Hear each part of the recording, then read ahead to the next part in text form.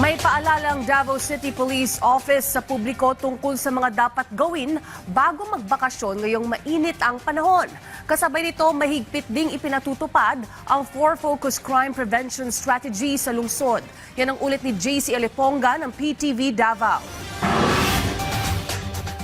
Ngayong summer vacation, mag-out of town ang pamilya ni Mikey na taga Bangkal, Davao City upang makapag-relax sa kabila ng matinding init ng panahon.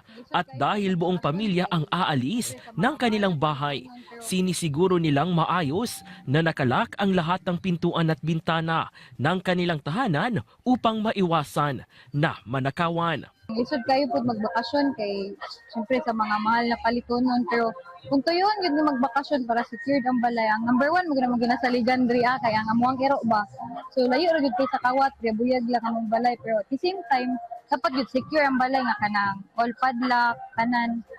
Kaugnay nito, muling nagpaalala ang Davao City Police Office sa publiko, lalo na sa mga pamilyang magbabakasyon at iiwan ang kanilang mga tahanan ngayong bakasyon. Ayon sa DCPO, kung aalis ng bahay, tiyaking nakakandado ang lahat ng pintuan at bintana upang maiwasan na malooban at manakawan.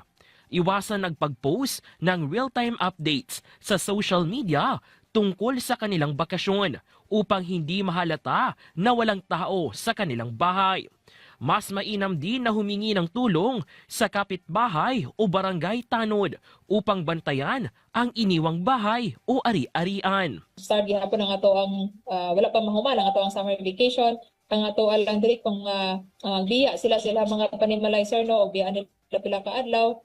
Ato nga ipaniguro nga ato ang tagsa-tagsa ka mga panimalay is dili basta-basta masulod sa mga individual sir no nga naay mga daotan nga tinguha. Double check ang mga pultahan, mga bintana diha sir no. Kinumpirma din ng DCPO na nag-deploy sila ng tauhan upang magbantay at magbigay ng seguridad sa publiko ngayong summer vacation, lalo na sa mga tourist spots dito sa Davao City kung saan inaasahan ang pagdagsa ng mga lokal at dayuhang turista.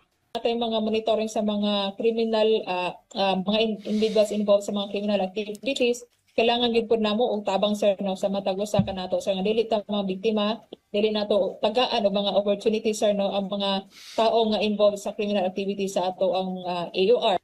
Patuloy ang mahigpit na monitoring at implementasyon ng DCPO sa kanilang 4 Focus Crime Prevention Strategy upang mapanatili ang mapayapa at maayos na sitwasyon sa buong Davao City, lalo na ngayong summer season.